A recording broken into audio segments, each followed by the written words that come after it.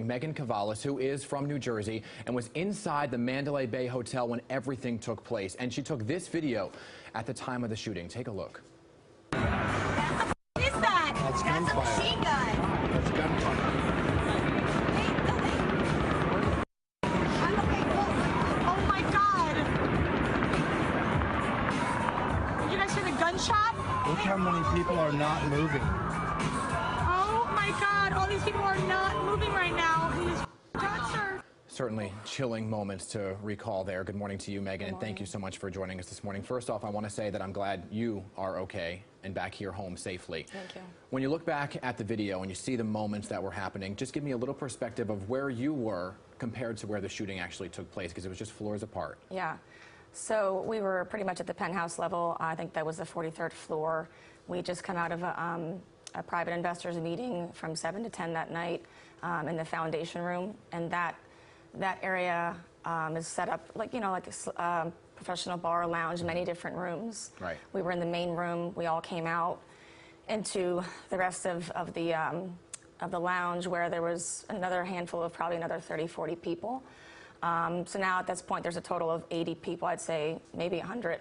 A handful of the folks I was with went downstairs to the casino floor. Some others were in and out of the hallways, going to the bathroom. Myself and about 2 or 3 other people that I was with went out on the balcony at, I'd say, 10:08. And from the moment I walked out on the balcony, it was a little chaotic. I hadn't looked over the balcony yet at that point, but within about 25 seconds, I'd say, I heard personally the first round of fire, and I knew that that was not the normal sound. Did everybody realize what was happening at that point in time? No, nope. And so I had a friend's phone in my hand taking some pictures, their backs to the balcony to get, you know, the scenery in the back, and then I heard a second round that was a good 7 to 10 seconds long, and I knew at that moment something was not right. And then when it was a third round, and then everyone started screaming, and then we looked over the balcony, and that's when I pulled my phone out and knew immediately. And you have a bird's eye view at that concert on the ground below. Yeah. What were you seeing? Because you heard in the video, yep, you say they're not moving. Yeah, as I zoomed in, I mean, you could see from the video clip people scattering all around. And as they're scattering, you just see in that video that there's people like pretty much piled up, like there's just no mobility there whatsoever. And I happened this morning when I landed this morning, or late last night rather, at 11:45, I was going to baggage claim and ran into a husband and wife, and they shared their account with me, their experience, and they were in the front line, in front of the stage. And my heart just broke for this couple, because she said that as the concert was taking place, that she heard the first round. No one really moved. Then she heard a second round, and she turned to her left and saw a handful of people collapsed. And then the third round, and then whoever was performing at that point, I think he ran off stage, and she said the worst part was when the lights came up, and she noticed the guy in front of her had been shot multiple times and had collapsed, and everybody was covered in blood, and they were just trying to stop the bleeding. And she said, I asked her, I said, where could you guys have gotten out? Was there one entrance in and out? She said, yeah, there was nowhere to go. We were trying to climb over the fences that were in front of the stage, the barrier. And as the lights came up and we were trying to climb, we were climbing over.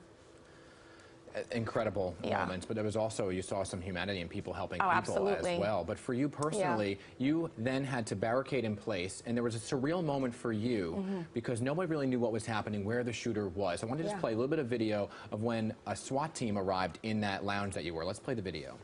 Guys, I'm here right now in the Mandalay Bay Hotel. I was here for the business event, and I was about to just leave the hotel tonight. I don't even know what floor I'm on, but I'm in a room with over 100 people. The SWAT team just came in, threw us down to the ground.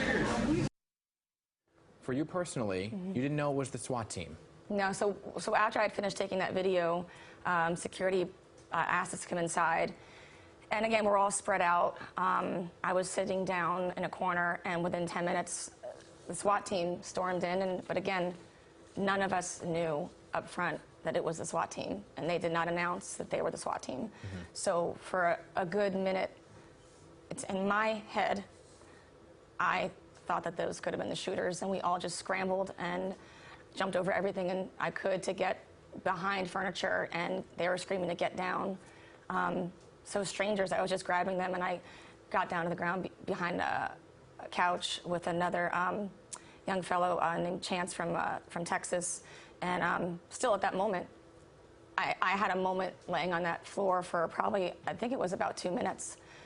There was a moment that came over me where I was like, holy cow, this could really be it. Not knowing that it was a SWAT team, because there was no announcement. And then he whispered to me, I think it's a SWAT team. And even still, for me personally, I wasn't willing to trust that it was until they came closer to me in the corner where I was at.